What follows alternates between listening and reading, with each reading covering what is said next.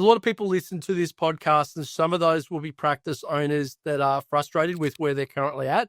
Maybe they're not getting the appropriate return on the amount of time they've invested, or they're just not getting back what they should be for the time, attention, money, all those other things, the sweat that goes into building up a practice. What I most often see when people are frustrated with where they're at and not getting appropriate return is they're not protecting time to actually do the work on the business. They're often too busy inside the jar trying to read the label on the outside. That's not particularly helpful.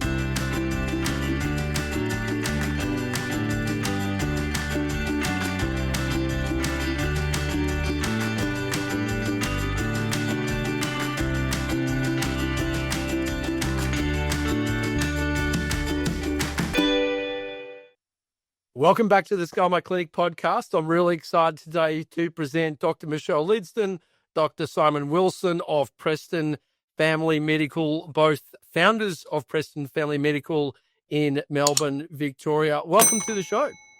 Thank you. Thanks, John.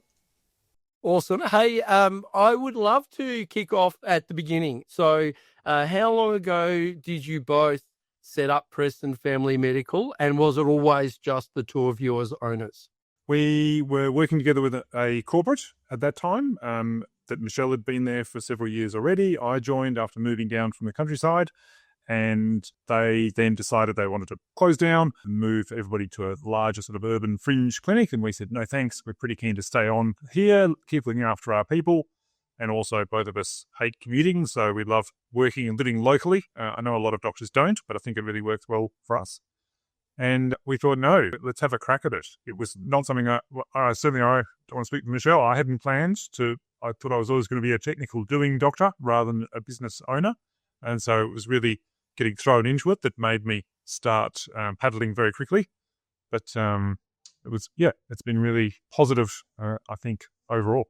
Awesome. Hey, Michelle, I'd love you to jump in and just tell us a little bit about, in a fairly protracted time frame, you both kind of thought, you know what, we probably need to make a decision here. What were those conversations like with the two of you? And did you ever kind of consider that there might be other people that you'd have as owners? Yeah, so March 2019 is when the corporate told us they were going to close.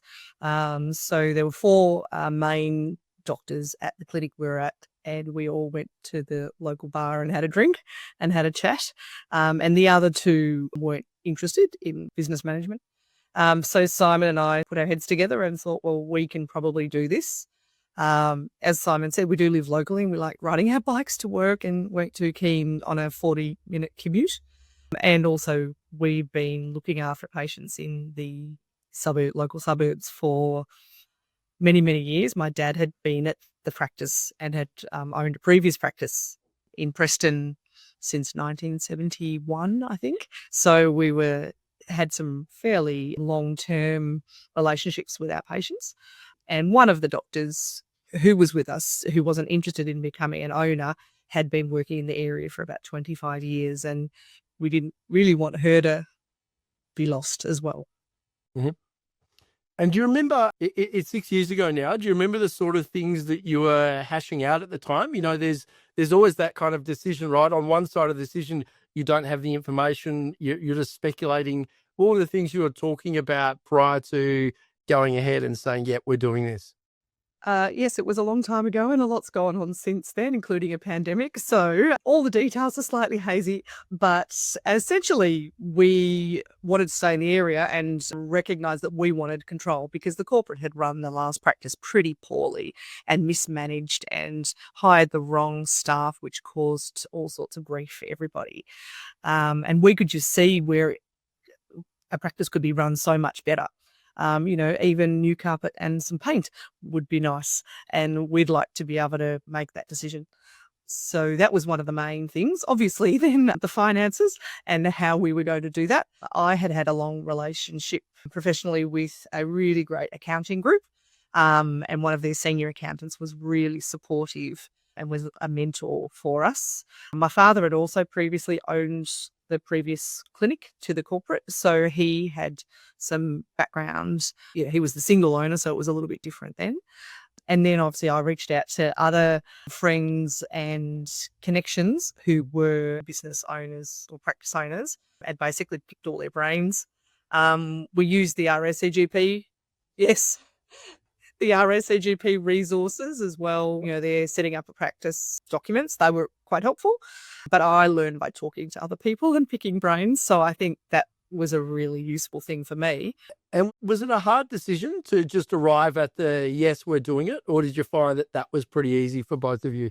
I think it was pretty easy, wasn't it, Simon? I think so. We just kind of had to do it, or else we were in the middle of nowhere or without a job and having to look elsewhere and able to work together with the team that we quite liked. And there was time pressure. And I think, we knew that the corporate wanted to be out. They had a lease coming up, I think. And so it just made us sort of bite a big chunk off and start chewing madly. And was the premises, did you relocate the practice or did you continue on in the premises that had been abandoned by the corporate? We relocated nearby, about 40 metres away. Yep. So we did approach the landlord of the other practice, but part of the mismanagement there was they were only sort of renting a quarter of the space for the price of the full building. And it wasn't something that we were going to be able to afford, plus any renovations. And so we got one group property people to help us. And just fortuitously, the the lease on this place came up. And we did manage to negotiate with the CEO of the corporate to extend their lease month by month until we could get the new site set up, which was lovely of them. There were some other not so lovely aspects of that relationship, but it ended up that so we were told we were going to close in March. We had our new clinic ready to open up in November. So it was really, 6-ish months that we madly got plans, got designs, got the property, got pathology, went to Ikea, picked up things off the side of the road. And set the place emailed up. The lawyer at 1 or 2 in the morning one time because I couldn't sleep. I said, we really need that service agreement. I'm writing to you at 1 in the morning. Can we make sure that we get this across? I love it. These are all of the hustle that goes with setting a practice up. And then let's get in our time machine and move forward a little bit until November. You open up. And all of the things that are in your head about what you needed to concentrate on and think about prior to opening the business, how different to that was what were the actual things you needed to worry about once you opened the business? I don't think we realised the HR component of running a business. But luckily, one of the senior receptionists came across with us and stepped into the role as practice manager. And she'd had quite a lot of experience in other medical practices. So she was great and was all over it. But then, of course, we opened up in November and 3 months later we had a pandemic. So that completely changed our expectations and the needs for the practice. Well, one good thing going into a pandemic when you're new is you don't have a lot of inertia about the way things used to be done. And so I know both of you are pretty agile in the way that you approach things. Let's talk a little bit about how, as two owners, you divide the functions of ownership. How do you separate those out and how do you keep them kind of neat and tidy? I think, to be honest, it just happened naturally. We've both got different skill sets and interests outside medicine. So Simon, as you know, is the tech man and he's more in the IT side of things. And I was more interested in the design and setup and, purchasing equipment side of the practice. So that just happened naturally. And since then, those skills have sort of been kept along those paths. I'm a little bit more on the HR side and hiring and advertising, and Simon's more on the tech and nitty-gritty details side. So it's sort of separated along people and process, you think?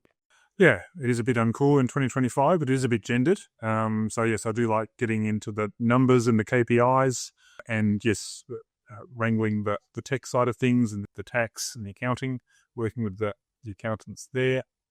But yes, look, I think thankfully, we've just fallen into a very reliable partnership where we can anticipate, I think, a lot about what we might think the other person is going to think of a suggestion or the next project to do. And so I think we're very sympathetic to each other's ideals and values. We did a little bit of values work back on Michelle's kitchen table in 2019 using a book, but I think just naturally, like we've sort of fallen down the way we've come together, very similar sort of values and interests. We're very both pro general practice. I think you have to be a good owner, and we really centre that the patient's needs and want to support the patients while acknowledging that, that the GP needs looked after and supported to avoid burnout.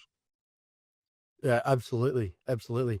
And have you recently refreshed your values? What have they evolved into, or have they remained pretty static since you started? We did the 2-page project with Project X and got ChatGPT to help us with that. And I don't think they're much different to what we had 6 years ago.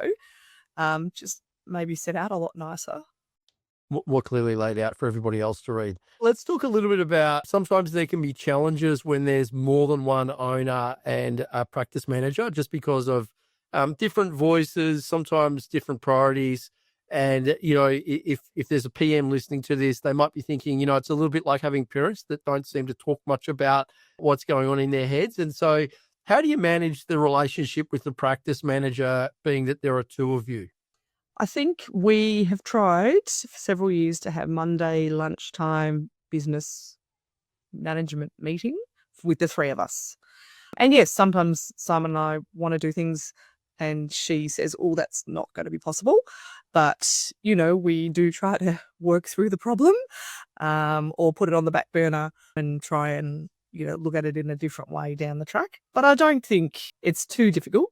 No, having everybody in the room. So having those Monday meetings, or if we're having important discussions, all three of us there. We have shared WhatsApp or SMS sort of group chats and copying in with emails as well. So everybody's sort of on the same page. So there's clarity there. But again, thankfully, I think coming back to similar goals and roles, we know sort of where we're at and what we want to do. And thankfully, they're not too divergent. Excellent. And now you're pretty advanced in your thinking as practice owners. You're in a community of other practice owners that are like-minded. Let's talk a little bit about how you use those different tools to achieve alignment. And so the same page meeting once a week is one way of doing that. So that's the practice manager and both of you. How long would you set aside for that? Well, we set aside an hour, but it doesn't always quite happen like that. At least half an hour, anywhere between 30 and 60 minutes. And what about the structure of that meeting? So what are you talking about in that meeting? Do you share some data, some information, and do you have a kind of a fixed structure that you apply? Yeah, so Simon, our numbers man, once a month presents all the financials, which is wonderful, and I could never do that. And then we basically we go to the local cafe and we break it down of any issues that have come up, any projects that we're working on. It's fairly free-flowing discussion. We don't do a strict agenda on those ones, as compared to our more practice meetings and doctors' meetings. We try and have more strict agendas. It is something that we think we do need to have more in the business meeting, but we have. They're generally problem-solving meetings, so there'll be one or two things to nut through, either a fire that needs putting out or something more proactive that's planning. So I think they are quite sort of tactical meetings in that way. And then the monthly practice or doctors only meetings are about discussing, things affecting the wider staff, nursing or tenant doctors. Yeah, and I presume that covers a little bit more of the compliance stuff, any health and safety issues, any near misses, all of those kind of things. Yeah. And let's talk about the asynchronous comms channel, whether that's by a text group or a WhatsApp group. What kind of things are you putting in there in between the in-person meetings? Updates, now recognizing, right to disconnect, obviously a big thing now as well. So trying using delayed messages, using delayed or scheduled email. So trying not to harass the practice manager on the weekend unless it's something urgent. But yes, this is, again, little updates. Has the registrar got back to us about accepting the job? I suppose more of those little jobs that need just winding up or completing. Right. So it's sort of like if there's an open loop in here, you'll put it in that just so as that it's captured and that it's something that you can come back to at those meetings. Okay. Is there something else you want to add to that, Michelle, as to how you separate those two things out? No, I think that's a pretty good summary. And now you've got delayed send. We no longer have to do the 2 a.m. emails, Simon. So that's a bit of an upgrade from the early days. Let's talk a little bit about, I mentioned, you've both been in Project X for some time now, and that's coaching as well as community. I'm really curious for you to share some advice on how you maximize the return on something like that. What are your tips and tricks? Over to you, Michelle. I don't think we maximize it as much as we should. We would love to get more out of it. There's so much amazing information and resources available. But the main thing I think has really worked with engaging with Project X and being able to take those extra steps has been the Wednesday morning webinars, where we're both now able with our schedules to spend that time together in the room in front of the screen and do the learning and then look at the projects we are working on together. So that's been really great. And then we present that to our practice manager. Ideally, it would be wonderful if she could also attend the Wednesday morning ones, but we haven't quite got there yet. And Michelle, don't tell Todd or Sachin, but sometimes they're on mute and we're tackling other projects. So we're using that blocked out time Sure, I won't to tell actually them. get things done. And I think it's having that cadence of regular time where there's not much interruptions. The registrar's with another supervisor at that time, so generally it's blocked out forever for both of us, and just having that time I think is good. And like a lot of things, you're paying for a service, it brings that accountability. You're not going to waste your time. We turn up and we do it, and most we do the work. That's really useful. But I think also just that chance to debrief, talk through projects, talk about what's next, what's worked, what hasn't. We recently have done some LinkedIn work, trying to work on our LinkedIn profiles, and it was worthwhile paying quite a bit of wedge to a LinkedIn whisperer, again, just without accountability, turning up, doing the work, because otherwise, again, blocking out the time, and it just makes you front up. Yeah, I think anyone listening that's frustrated with where they're at could learn a lot from just having protected time and making sure that time is reliably used for improvement. It's really easy in our world. There's a queue of people lining up to steal our time and attention. Here's the result from this person. This person needs this. There's a large list of things that are important and urgent. But we want to get to the stuff that's important but not urgent. Otherwise, we just don't change the status quo. Michelle, have you got some thoughts to add on that? Is there anything from your perspective that you'd like to add? Yeah, look, I think the collegiality and the networking has been great. And as I said before, I learned by picking up people's brains and stealing their ideas. And that's been a really great part of Project X, whether we can just ask on the Wednesdays or put a message on the Facebook group, then other people pile in with their suggestions or the things they've tried. And it's really nice to know that other practices and owners have exactly the same problems that we have, but to look at different ways to tackle them. I attend a lot of events, as you'd expect, in coaching, receiving coaching. And if you sit next to me, I'm like you, I'm in full interview mode, discovery mode. I want to know everything that's going on because I find it really interesting, and it's a great way to learn and then find out what's most important to implement. That's great advice. Let's shift to one of the things I love about business is that two things. One is it is a really good personal development tool in that, it shows up a lot of our issues that we need to attend to along the way. And the second thing is it's a really highly leveraged tool for outcomes. You can negotiate something that provides you with a really substantial benefit that would take a long time on an hourly rate to achieve. One of the activities that we talk about and that we coach and expert advice outside of us is provided on is something called the 7-figure reset, which is where there is effectively cash freed up from within the business that can be repurposed in your personal lives. I know this is something that both of you have done, and I'm really keen to hear from each of you as to just what that's had in terms of personal impact and impact on loved ones, family, friends, etc. So, Michelle, over to you first. Mm-hmm. So we completed that only a few months ago. It has certainly been great because I can pay off my mortgage, and my husband left his job and is working part-time in a lesser paid job now. So it's given us a little bit more, less stress, I suppose. And also I was able to take a month off work and travel with my family and go and see my son who's overseas. So that was really great. Yeah, that's a really transformational change, and particularly the flexibility to adjust, partner's working role is pretty awesome. Simon, what's been the impact on you and your family? Look, that mortgage component of things, freeing a lot of cash up for that. But also I think the understanding, the realization about what's fungible and that just working for hours is not always the way you can do things. And there's a lot of benefits with the unknown unknowns, things you don't think about first up with business, but can really give benefits. And one of the other benefits we hope with this is a restructuring, which is going to hopefully make it easier for someone to buy in to down the track and to bring in maybe another owner or eventually when we want to retire. And having gone through this process and demystified it a bit, I think that's going to make that easier. I think it also makes, toughens our skin a bit about business processes and legal structuring. That's always interesting as well.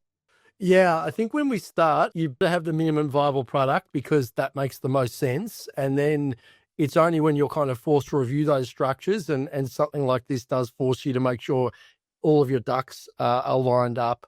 And whilst that can be frustrating and take a while to achieve, it's a nice feeling that you're like, okay, everything is now a nice green tick. And so we can go to sleep at night knowing that all those things are done. And well done to both of you on achieving that. That's a pretty substantial milestone in what's a relatively short time. And that's a wonderful segue into our next question, which is what's next for both of you? I think consolidation after the reset, because although there's a lot of benefits, quite a bit of work. Recruitment has been our thing. We've made some strides there already. We'd still like some more hands on deck for next year and consolidating that and really supporting those doctors to develop. I think retention is going to be the thing over the next few years, doctor burnout. So really creating a fertile environment for a doctor to love the practice and want to stay. So I think, finding out what nourishes them, niche work, teaching, hours, patient cohort, really doing good work for retention, I think is something that I'm interested in supporting with the tenant doctors. Yep. Excellent. Yeah, how exciting. And do you think there's a possibility that you would set up another location, or does it feel like consolidating this and then expanding this location, if possible, is the primary objective? Look, I'd be open to it. Set one up near the practice manager so she doesn't have to drive as far. That sounds like it'd be a good option. Well, that's great. And it sounds like there's always things percolating as to what you might do next. Now, a lot of people listen to this podcast and some of those will be practice owners that are frustrated with where they're currently at. Maybe they're not getting the appropriate return on the amount of time they've invested, or they're just not getting back what they should be for the time time, attention, money, all those other things, the sweat that goes into building up a practice. Simon, from your perspective, what advice would you give that kind of a person that was an owner but just frustrated with where they're at?